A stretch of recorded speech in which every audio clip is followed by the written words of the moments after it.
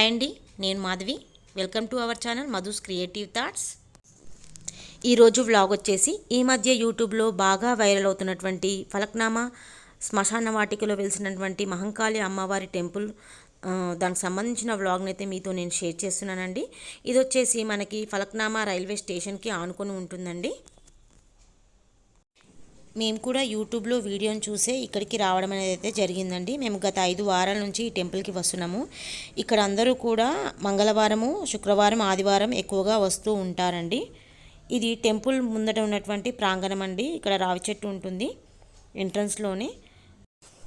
మేము మొదటి వారము, ఈ 5వ వారం వచ్చినప్పటికీ ఇక్కడ జనాల సంద్రం అనేది చాలా పెరిగిపోయిందండి. ఇంకా ఇది వచ్చేసి కొబ్బరికాయలు కొట్టేటువంటి స్థలం అండి. ఇది గేటుకు ఆనుకొని ఉంటుంది. ఇక్కడ అందరూ కొబ్బరికాయలు కొట్టడం అనేది జరుగుతుంది. ఇక్కడ వచ్చేసి మనకి రావి చెట్టు ఉందండి. ఇక్కడ మనము నీళ్ళ శాఖ పెట్టేసి అందరూ కూడా మొక్కుతూ ఉంటారు. ఇదేమో ఇక్కడ కొట్టగా మిగిలిపోయిన కొబ్బరికాయలన్నీ కూడా ఈ హోమంలో వేల్చి కాలుస్తున్నారు.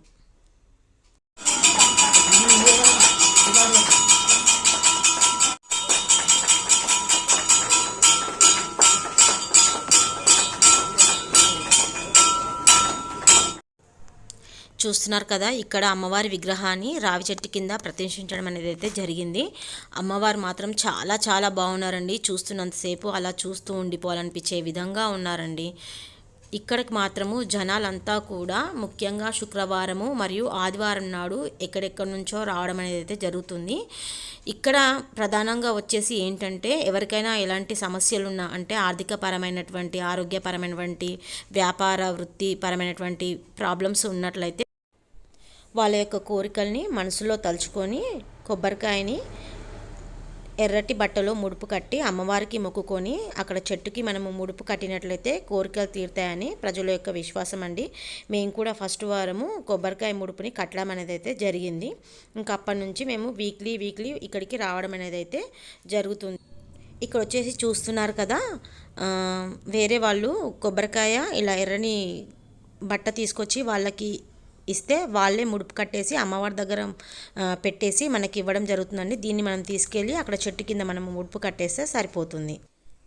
ఇక వచ్చిన వాళ్ళంతా కూడా వాళ్ళ యొక్క కోరికల్ని కోరుకొని ఇక్కడైతే ముడుపు కట్టడం అనేది అయితే జరుగుతుందండి. ఇక్కడ వచ్చేసి మేము గుడి చుట్టూ ఇలా ప్రదక్షిణ చేస్తూ చూస్తున్నారు కదా, ఇక్కడ వచ్చేసి ఎక్కడ చూసినా కూడా మనకి ఈ ముడుపులే కనిపిస్తున్నాయండి. మేము ఫస్ట్ వారం వచ్చినప్పుడు మాత్రము ఇన్ని ముడుపులు అయితే మాకు కనిపించలేదు. వీక్లీ ఇలా పెరిగిపోతూ ఉన్నాయి. ఇది వచ్చేసి గుడి వెనకాల అండి. ఇక్కడ వచ్చేసి 5 నిమ్మకాయ దీపాలు అనేది వెలిగించడం అయితే ఇక్కడ జరుగుతుందండి. చూస్తున్నారు కదా, ఇంక ఇవన్నీ వచ్చేసి మనకి ఈ చెట్టు కింద మొత్తంగా కూడా ఎక్కడ చూసినా ఈ గుడిలో ఈ కొబ్బరికాయ ముడుపులు అనేవి కుప్పలుగా పెరిగిపోతున్నాయండి. చూస్తున్నారు కదా, అసలు నడవడానికి కూడా మనకి వీలు లేకుండా దారిలో కూడా మొత్తము ఇలా కట్టేసి పెడుతున్నారండి. మేము ఫస్ట్ వీక్ వచ్చినప్పుడు మాత్రము ఇంత ముడుపులు అయితే మేము చూడలేదండి. చూస్తున్నారు కదా,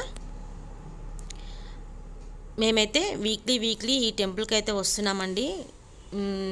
మొత్తంగా ఏదో మిరాకిల్ జరిగిందని కాదు, కానీ మనసుకి ఒక మంచి ప్రశాంతత అనేది లభిస్తున్నది. అమ్మవారైతే మొత్తంగా వచ్చేసి ఇలా ఉన్నారండి. ఇక్కడైతే వీళ్ళందరూ ఈ గుడిలో ఉన్నటువంటి పూజారులండి. ఇంకా భక్తులు వారి యొక్క ప్రాబ్లమ్స్ అవన్నీ కూడా వీళ్ళకి చెప్తూ ఉంటే వాళ్ళకి తోచిన సలహాలు, ఉపసంహారాలు వాళ్ళు ఇస్తున్నారండి. మేమైతే దర్శనం ఇలా చేసుకున్నామండి. చాలా చాలా బాగా అనిపించిందండి.